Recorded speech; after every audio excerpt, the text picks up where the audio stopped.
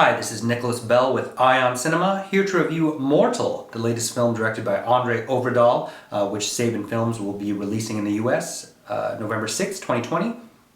It opened earlier this year in several European territories.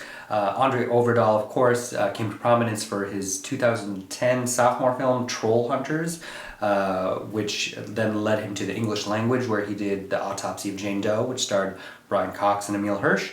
And of course, last year's Scary Stories to Tell in the Dark, which was produced by Guillermo del Toro and a huge success. Øvredal is back to Norway with Mortal, which is a very loose origin retelling of Thor, who is a prominent figure in Norse mythology, of course. Nat Wolff stars as Eric, Norwegian-American, who 3 years prior to the story beginning was part of a devastating fire in the Norwegian countryside. We see him waking up discombobulated, kind of seeing potentially a flashback of this fiery trauma that he went through. As he's wandering the countryside, he's accosted by some wayward Norwegian youths, and he kills one of them. He is then detained. He is interviewed by a psychologist, Christine, played by Iben Akerlie. They develop a very quick bond before some U.S. authorities show up, led by Hathaway, played by Priyanka Bose, who want to take him immediately back to the U.S.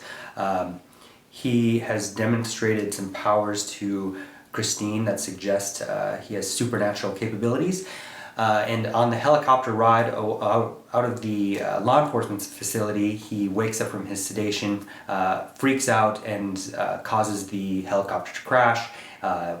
He wanders his way back to Christine, and then, of course, the rest of the film, they are on a run from the authorities when he's detained again and performs a medical miracle. The sheriff, played by Norwegian character actor Frisch, Henrik, decides to take him back to the burn site where they discover some deep, dark Norwegian mythological secrets hidden underneath this burnt-out farmhouse.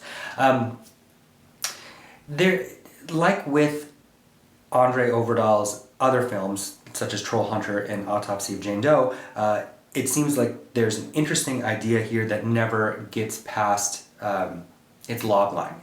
It never, there aren't any peaks and valleys. I think Scary Stories to Tell in the Dark is his most successful film because that is a variety of short stories stapled together, if you will. There just are no peaks and valleys. It's just a chase film that every now and then is broken up by a large freakout section that feels kind of like an Origins X-Men film.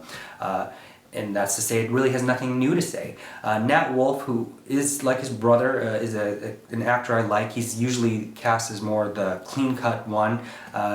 It's an interesting casting choice that doesn't altogether work all the time.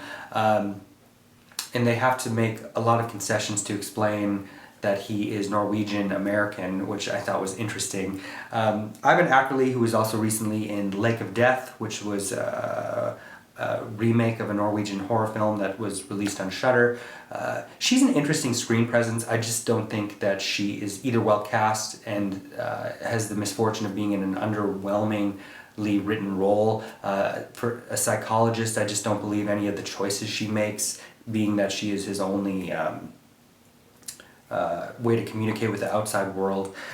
That's chasing them. At the time we get to a certain object hidden in the ground, this reminded me very much of something like Sword in the Stone. Firestarter also comes to mind with, given his particular powers, being chased by the government. It's just that I don't think the original Firestarter is a great film, but it did at least conjure that menace of this government, this secretive government organization hunting this person down.